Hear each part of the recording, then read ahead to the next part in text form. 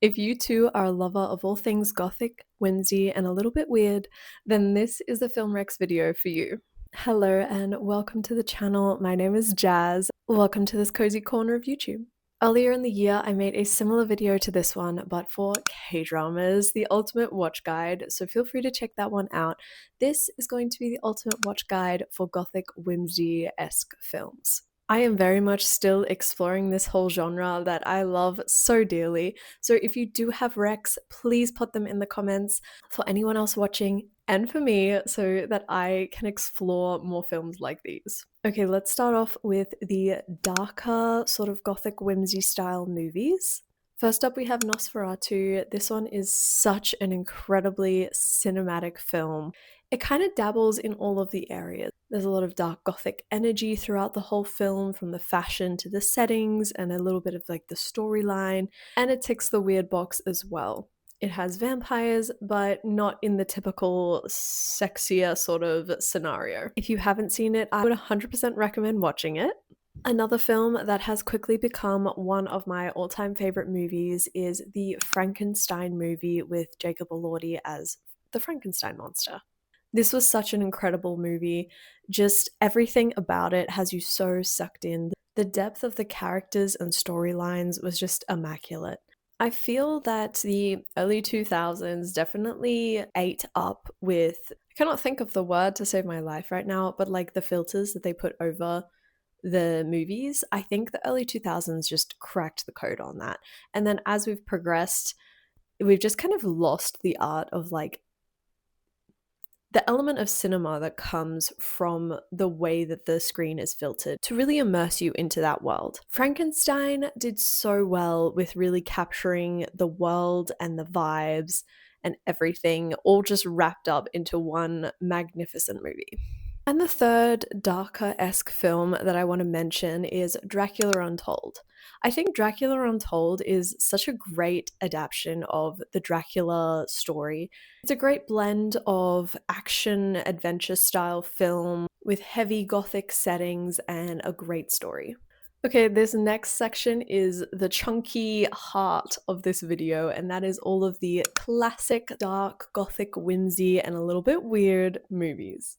In no specific order, let's dive in. Sleepy Hollow is an older film and it just matches the energy so much. It really hits you with that nostalgia feel, as well as dipping into those sort of darker fairy tale-esque storylines. Brothers Grimm is another very similar movie in the sense of vibes like that, where it's touching on like the Brothers Grimm and darker twisted fairy tale worlds. Stardust, while being a little bit lighter and less gothic, is definitely a beautiful, whimsy, slightly dark fantasy-esque movie. Practical Magic, also one of my all-time favorite movies, is just so perfect with the whimsy energy of this little town and this little family of witches live, and it's just beautiful, and it does dip into that darker energy as well, so it entwines very well, I think. The Craft, and I mean the OG The Craft movie, okay? This movie is a classic that you have to have experienced at least once. Dark, witchy energy, it is just such a good movie.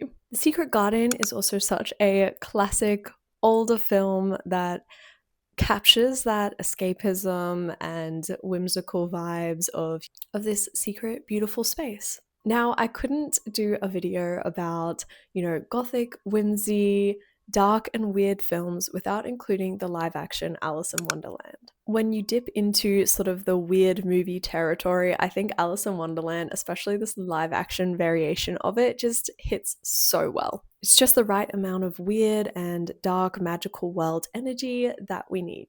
Van Helsing is another vampire dark fantasy world drenched in gothic whimsy. Great cast, very old film, so the special effects and things like that aren't mind-blowing, but it is a great old school film to watch.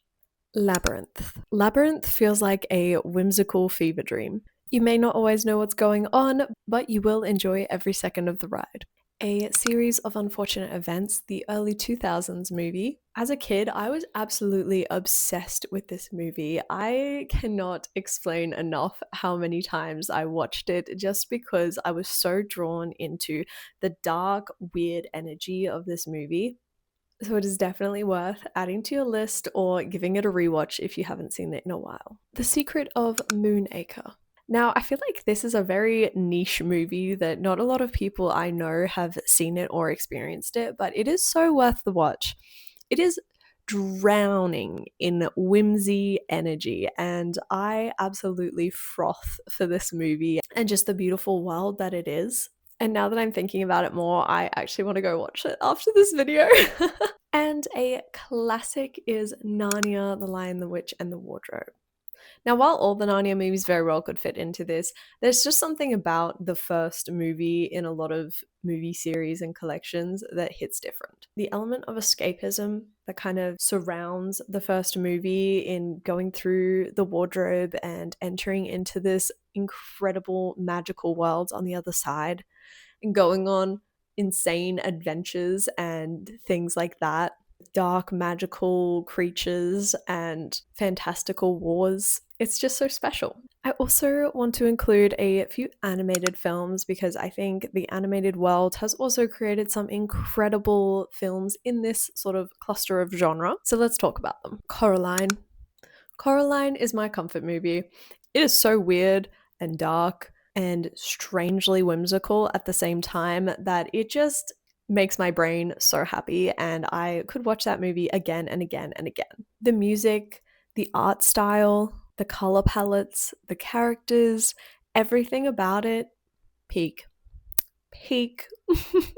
Corpse Bride and The Nightmare Before Christmas are the two very close follow-ups from Coraline, where they both just have that incredible energy of like dark, slightly creepy, slightly weird, very like off whimsy energy, and I froth those movies. They're like the ultimate trio. You know what I mean?